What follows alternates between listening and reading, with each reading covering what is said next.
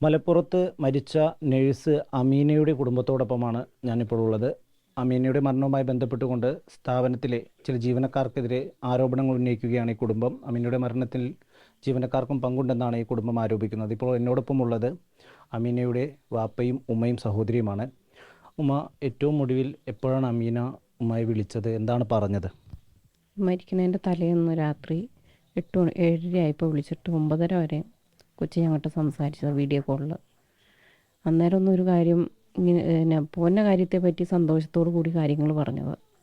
എല്ലാ കാര്യങ്ങളും ശരിയായി ഉമ്മി, ഇനി സർട്ടിഫിക്കറ്റ് കിട്ടാൻ ചിലപ്പോൾ 2 ദിവസം ഒരു താമസം വരും, അത് 15-ാം തീയതി എന്നുള്ളത് 20-ാം തീയതി ആവുമായിരിക്കും, അത് മേടിച്ചുകൊണ്ടേ ഞാൻ വരുള്ളൂ, വാപ്പിയും എൻ്റെ ഉമ്മയും എൻ്റെ ഞാൻ തന്നെ മേടിച്ച് പോന്നാളാന്നാണ് കൊച്ചിന് പറഞ്ഞത്. അങ്ങനെ സന്തോഷിച്ച് ചിരിച്ച് കളിച്ച് അന്ന് ഫോൺ വെച്ചതാണ്. പിന്നെ വിളിച്ചിട്ടേ ഇല്ല. പിന്നെ പിറ്റേ ദിവസം 4 മണിക്കാണ്, ഞാൻ 5:30 ആയപ്പോഴാണ് വിളിക്കണത്. അമീനയുടെ ഉമ്മച്ചിയല്ലേ വലിയപ്പാക്ക വിളിച്ച് പറഞ്ഞു, എന്നാ നിങ്ങൾക്ക് അമീനക്ക് ചെറിയൊരു പനിയാണ്, പെട്ടെന്ന് ഇവിടം വരെ ഒന്ന് വന്നോന്ന് പറഞ്ഞു. അത് കഴിഞ്ഞ് ഞങ്ങൾ ചോദിച്ചു എന്നാ പറ്റി, അഡ്മിറ്റാണോ എന്ന് ചോദിച്ചപ്പോൾ പറഞ്ഞു ഇച്ചിരി ഇതാണ്, പോരെ, നിങ്ങൾ പോരേന്ന് പറഞ്ഞു. അങ്ങനെ ഞങ്ങൾ ഒരു 5:30 ആയപ്പോൾ ഇവിടുന്ന് വീട്ടിൽ നിന്ന് പോയി. അതിനു മുമ്പ് അവിടെ മൂത്താപ്പന്മാർ രണ്ടുപേരും അവിടെ അടുത്ത് തന്നെ താമസിക്കുന്നുണ്ട്, മലപ്പുറത്ത്. കൊച്ചിനെ അങ്ങോട്ട് വിളിച്ചു പറഞ്ഞാൽ അവർ എന്നെ പെട്ടെന്ന് തന്നെ ഹോസ്പിറ്റലിൽ എത്തിയായിരുന്നു. ഞങ്ങൾ ചെന്നപ്പോഴത്തേട്ട് ഒത്തിരി താമസം വന്നു. അന്നേരത്തെ കൊച്ചിൻ മരിച്ചാറും ഞങ്ങളെ അറിയിച്ചുമില്ല. ഞങ്ങൾ പിറ്റേ ദിവസം രാവിലെയാണ് അറിയണത് കൊച്ചു മരിച്ചു എന്നുള്ള കാര്യം. അമീന തൊഴിലെടുത്തിൽ, അതായത് ഈ അമീന ജോലി ചെയ്യുന്ന ആശുപത്രിയിൽ എന്തെങ്കിലും ബുദ്ധിമുട്ടുള്ളതായിട്ടൊക്കെ പറഞ്ഞിട്ടുണ്ടോ? ഈ 2 കൊല്ലത്തേക്ക് വേറെ പ്രശ്നങ്ങളൊന്നുമില്ലായിരുന്നു. ഈ കഴിഞ്ഞ മാസം ഉമ്മച്ചിയും വാപ്പച്ചിയും കൂടെ ഒരു തവണ അവളുടെ അടുത്ത് പോയായിരുന്നു. അവർ എന്താണ്ടൊക്കെ കുറ്റപ്പെടുത്തും, ഇങ്ങനെ വഴക്ക് പറയുകയൊക്കെയാണെന്നും പറഞ്ഞ് ഒരു ദിവസം പോയി അവിടെ അന്ന് തന്നെ വിളിച്ചുകൊണ്ട് വരാൻ വേണ്ടി പോയതാണ്. അപ്പോൾ ഇവർ തന്നെ, മാനേജ്മെൻറ്റ് തന്നെ പറഞ്ഞു, 1 മാസം റിസൈൻ ചെയ്തിട്ട് അടുത്ത മാസം ഇറങ്ങിക്കോ, അല്ലെങ്കിൽ ഇനിയിപ്പോൾ ഇവള് നിൽക്കണ ഒ.പിയിലെ ഡോക്ടർ പറഞ്ഞു, ഇനിയിപ്പം ഇത്ര അവൾ നിന്നതല്ലേ, എക്സ്പീരിയൻസ് സർട്ടിഫിക്കറ്റിൽ അവർ ഇനി വേണ്ടാത്തൊന്നും എഴുതി വെക്കണ്ട, റിസൈൻ ചെയ്ത് കറക്റ്റ് 1 മാസം ആകുമ്പോൾ 15-ാം തീയതി വെച്ച് 15-ാം തീയതി ഇറങ്ങിക്കോളാൻ പറഞ്ഞത് അവളോട്. ഉമ്മച്ചി വാപ്പച്ചിയും ഈ അമീന വിളിച്ച് ബുദ്ധിമുട്ട് പറഞ്ഞ പിന്നെയാണോ പോകുന്നത്? അവിടെ എത്തിയിട്ടുള്ള സാഹചര്യം എന്തായിരുന്നു? അവിടെ എത്തി ഞങ്ങൾ നഹാസാർ അവിടെ ആയിട്ട് സംസാരിച്ചു. നഹാസാറിൻ്റെ കീഴിലാണ് കൊച്ചിയിൽ ജോലി ചെയ്യുന്നത്. സാറ് പറഞ്ഞ വളരെ നല്ല ഗുഡ് സർട്ടിഫിക്കറ്റാണ് കൊച്ചിനെ കുറിച്ച് പറഞ്ഞത്. അപ്പം നല്ല ക്ലിയർ ആയിട്ടല്ല, ഞാൻ പറയാതെ തന്നെ എല്ലാം ചെയ്യേണ്ടത്. എനിക്ക് പുള്ളിയുടെ കൈ പാടില്ലായിരിക്കുമായിരുന്നു അന്നേരം, ഒരു അപകടത്തിൽപ്പെട്ട്. എൻ്റെ കൈ പാടില്ലാണ്ടും കൊച്ചു തന്നെയാണ് എഴുതി കൊടുത്തുകൊണ്ടിരുന്നത് പേഷ്യൻറ്റിനെ മരുന്നൊക്കെ. അപ്പോൾ അങ്ങനെ കറക്റ്റായിട്ട് ഞങ്ങൾ നഹാസാറിനോട് സംസാരിച്ച ഒത്തിരി. പുള്ളിയുടെ ഭാഗത്തു നിന്ന് ഒരു പ്രശ്നം ഉണ്ടായിട്ടില്ല.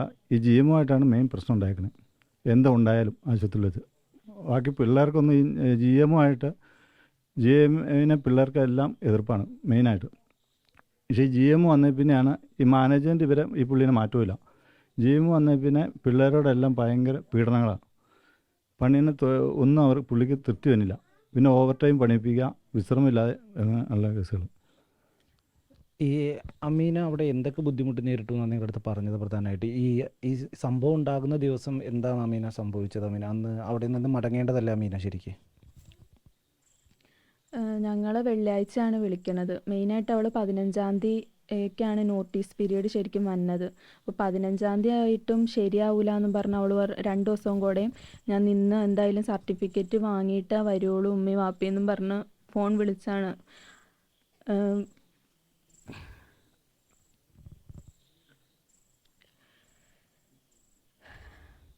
മെയിനായിട്ട് അവൾക്ക് പുറത്തു പോയി ജോലി ചെയ്യാനായിരുന്നു ആഗ്രഹം കൂടുതൽ.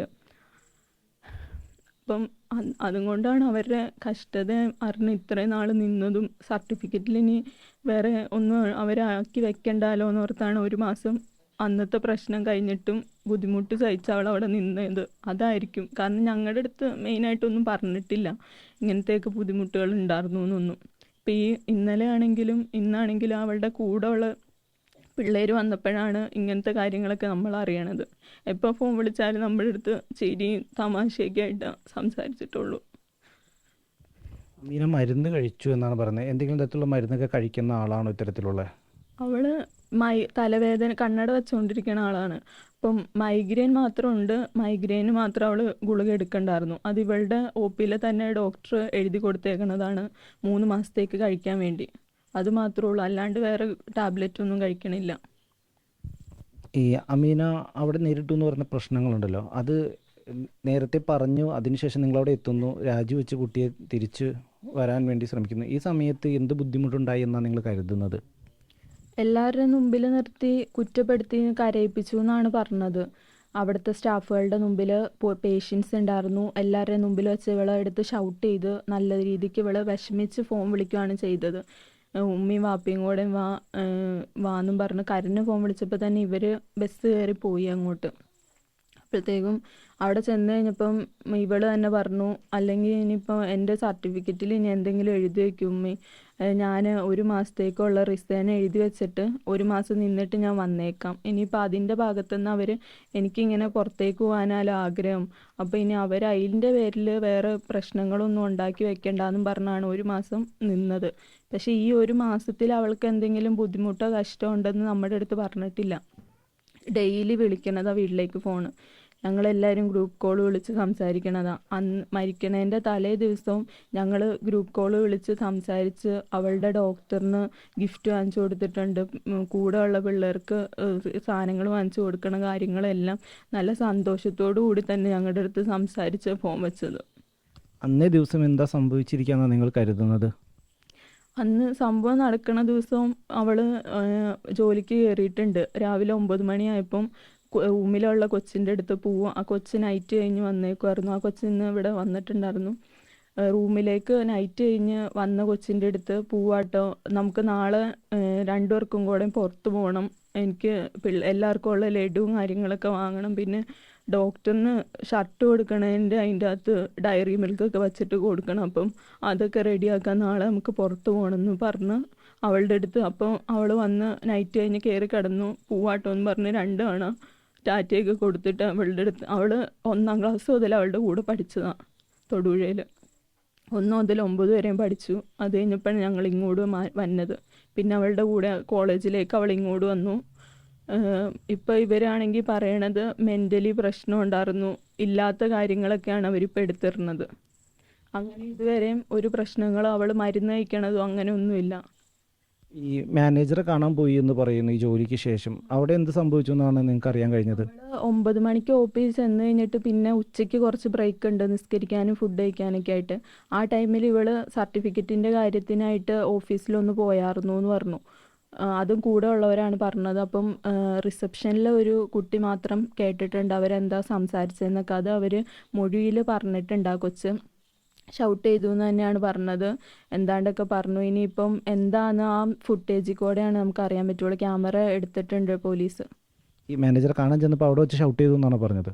അവിടെ വെച്ച് ഷൗട്ട് ചെയ്തിട്ടുണ്ട് എന്തോ പറഞ്ഞു. കാരണം അത്രയും ആ 9 മണിക്ക് ഡ്യൂട്ടിക്ക് കയറുന്ന വരെയും കൊച്ച് ഭയങ്കര ഹാപ്പി ആയിരുന്നു. ഈ കൂടെ ഉള്ള കൊച്ചിൻ്റെ അടുത്ത് മരിക്കണം എന്നുള്ള ഒരാളാണെങ്കിൽ ഇങ്ങനെയൊന്നും പറഞ്ഞിട്ട് പോവില്ലല്ലോ, അടുത്ത ദിവസം പോകണമെന്നും ഇങ്ങനത്തെ കാര്യങ്ങളൊന്നും പറയൂല.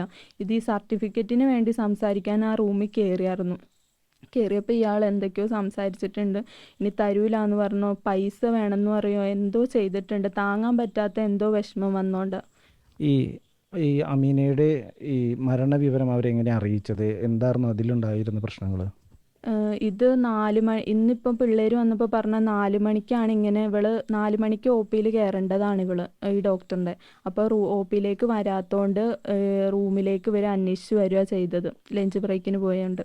അപ്പോൾ റൂമിൽ വന്നപ്പം 3ാമത്തെ നിലയിലെങ്ങാണ്ട് ഇവളിങ്ങനെ കുഴഞ്ഞ രീതിയിൽ ഇരിക്കുമായിരുന്നു എന്നാണ് പറഞ്ഞത്. പിന്നെ അവിടെ നിന്ന് പിള്ളേരെല്ലാവരും കൂടി OTയിൽ കൊണ്ടുവന്ന് മറ്റേ കുറച്ച് തട്ടി എണീപ്പിച്ച് ഇതൊക്കെ നോക്കിക്കഴിഞ്ഞ് ഒന്ന് ബോധം വന്നു എന്നാണ് പറഞ്ഞത്.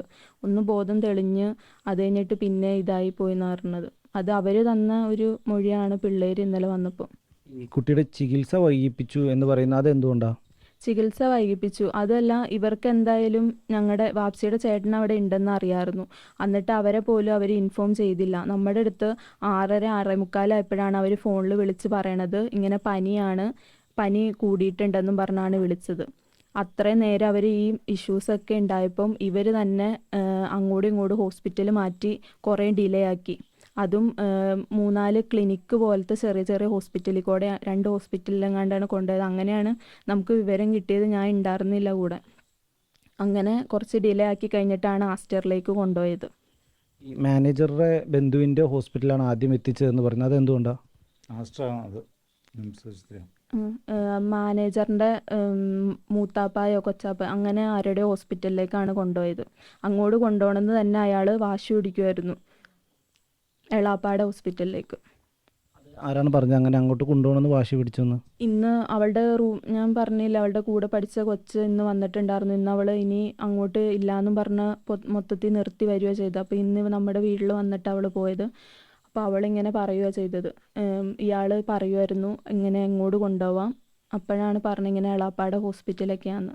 അപ്പോൾ ഈ ആമിനെ ജോലി ചെയ്തിരുന്ന ഹോസ്പിറ്റലിലേക്ക് കൊണ്ടുപോയില്ലേ? ജോലി ചെയ്ത ഹോസ്പിറ്റലിൽ ആദ്യം ഒരു ക്ലിനിക്കിലേക്ക് എങ്ങാണ്ടാണ് കൊണ്ടുപോയത്. അത് കഴിഞ്ഞിട്ടാണ് ഈ ഹോസ്പിറ്റലിലേക്ക് കൊണ്ടുപോകാമെന്ന് ഇയാൾ പറഞ്ഞത്. അയാൾക്ക് നല്ലൊരു ഉദ്ദേശം ഉണ്ടായിരുന്നു, അതുകൊണ്ടാണ് ആ ഹോസ്പിറ്റലിലേക്ക് കൊണ്ടുപോയത്. ഇതുമായി ബന്ധപ്പെട്ട് ഈ അന്വേഷണവുമായി ബന്ധപ്പെട്ട് ആരെങ്കിലും നിങ്ങളെ കോൺടാക്ട് ചെയ്യുകയോ മൊഴിയെടുക്കുകയോ അത്തരം കാര്യങ്ങൾ എങ്ങനെയാണ് മുന്നോട്ട് പോകുന്നത്? അന്വേഷണത്തിന് മരിച്ച ദിവസം ഞങ്ങൾ അറിയിച്ചിട്ടുണ്ടായിരുന്നില്ല. ഞാനും എൻ്റെ ഹസ്ബൻഡും വാപ്പായും ആയിരുന്നു ഇവിടെ ഉണ്ടായിരുന്നത്. ഉമ്മച്ചിയും വാപ്പച്ചിയും കൂടെ അങ്ങോട്ട് പോയേക്കുമായിരുന്നു പനിയായിട്ട് വിളിച്ചപ്പം. അപ്പം പോണ വഴിക്ക് വാപ്പാടെ അടുത്ത് മാത്രം അവർ പറഞ്ഞിട്ടുണ്ടായിരുന്നു ഇങ്ങനെയൊക്കെ സംഭവം. കാരണം ഒരാൾ മൊഴി കൊടുക്കാൻ വേണമല്ലോ അന്ന് പോലീസ് സ്റ്റേഷനിൽ ചെന്ന്. അപ്പോൾ വാപ്പയുടെ അടുത്ത് പറഞ്ഞ് വാപ്പയാണ് പോലീസിൻ്റെ അടുത്ത് പോയി മൊഴി കൊടുത്തത്. പിറ്റേ ദിവസം അറിയണത്. എന്താണ് അവർ അറിയിച്ചത്? ഈ പോകുന്ന വഴിക്ക് എന്താണ് ഈ പോലീസിൽ നിന്നും അല്ലെങ്കിൽ ആശുപത്രി അധികൃതരും ഇക്കാനോട് പറഞ്ഞത്? പോലീസിൽ നിന്ന് നമ്മളെ പോണ വഴിക്ക് വിളിച്ചില്ല. നമ്മുടെ ജ്യേഷ്ഠനാണ് വിളിച്ച് പറഞ്ഞപ്പോൾ ഇനി അങ്ങോട്ട് വരണ്ട, തിരിച്ചു പൊക്കുമെന്ന് പറഞ്ഞു. വഴി എത്തിയില്ല അതിന് മുമ്പ്, കാലടി എത്തിയപ്പോഴത്തേക്കും. അപ്പോൾ എനിക്ക് മനസ്സിൽ തോന്നിയ സംഗതി ഇത് എന്തോ ഗൗരവമാണ്, നീ വരണ്ട, തിരിച്ചു പൊക്കുമെന്നു പറഞ്ഞു. ആ പറച്ചിലിൽ എനിക്ക് തോന്നി സംഗതി പന്തികേടായിട്ടുണ്ട് ഇത്.